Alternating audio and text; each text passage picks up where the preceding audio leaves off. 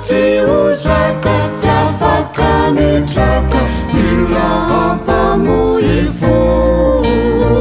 to faorina sesena no mifandimy eto an-tany na izany aza ry Jesosy tompo saotsy alamina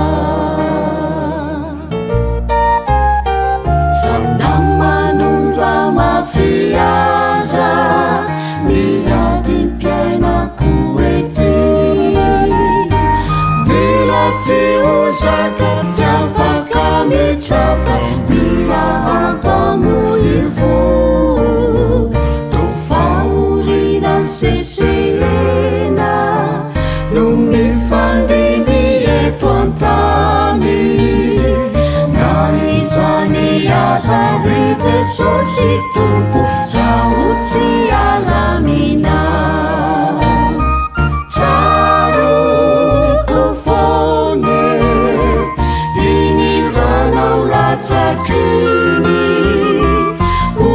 famonjena nanavotanao zao tontolo izao sambatra Jeso zany eo anilanao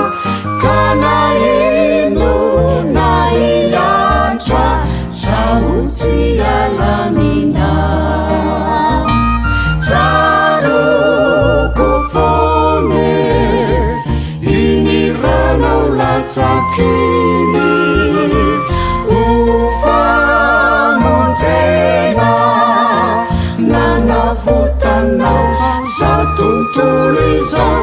sambatra Jeso